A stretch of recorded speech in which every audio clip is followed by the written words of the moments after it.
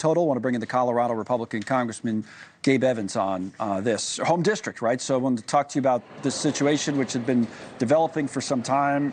New development in the case. Yesterday, we have a statement from the city of Aurora on the ICE operations. We'll put up. I don't think I'm going to read the whole thing, but just to get the sense, the city, including the police department, has been involved in the development and activation of any federal immigration enforcement plans in Aurora, saying they have not been involved. All right, so that gets to this case, federal versus local. So take it from there, what you've seen in your home district and what stands out to you. Yeah, so Gabe Evans from Colorado 8, that's the northeast suburbs of Denver. So Aurora itself is just outside of my district, but as we used to say, I was a police officer for 10 years. Bad guys have cars.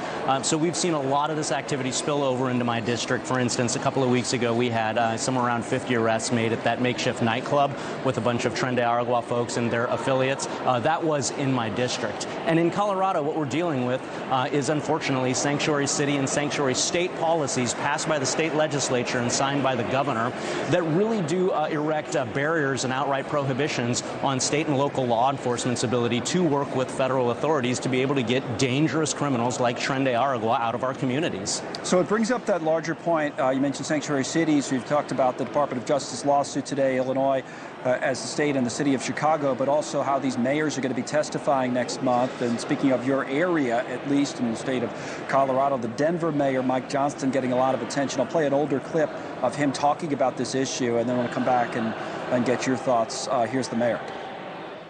What we know is that we're going to make sure we deliver high-quality services to the city, and that we will still serve the folks that arrive. We are a welcoming city. We are a country of immigrants. We are, over history, we know those cities that have bet on being welcoming cities are the ones that have thrived. That's true for every wave of immigration, and it's true right now. You've heard that, right, Congressman, from other mayors. We're a welcoming city. This is what we're, and then therein kind of lies the problem, right, and the tension.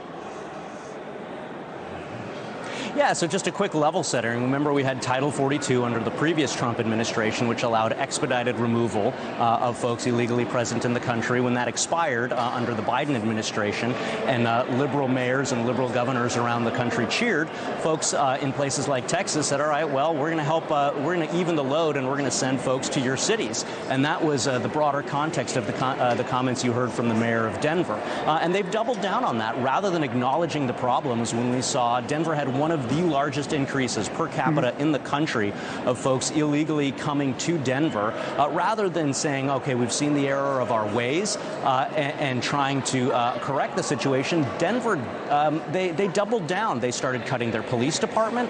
They were cutting the Department of Motor Vehicles. They were cutting the Parks Department.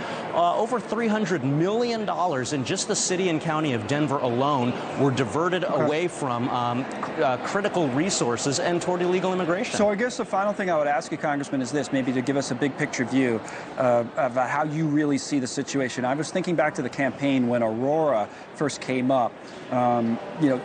Democrats, I guess, for the most part, would say, well, this is just a one-off. This was just one apartment complex and all of that kind of thing. Seem to be saying to me that the problem, Tren de Aragua, the problem is a wider problem. How do you see it? Give us the context. We saw some intelligence late last year that said Tren de Aragua picked the Denver, Colorado area to be their national headquarters because of the sanctuary city and state policies, because of how Democrats have defunded the police in Colorado, and because of how the city was so welcoming to include the transnational criminal organizations. We know the data from ICE. Immigration and Customs last year released information that said we've got over 13,000 convicted murderers illegally present in the United States and not in ICE custody. Again, that's from late last year. Over 600,000 folks with criminal records illegally present in the United States. And none of these folks are in ICE custody. So this isn't just a one-off situation.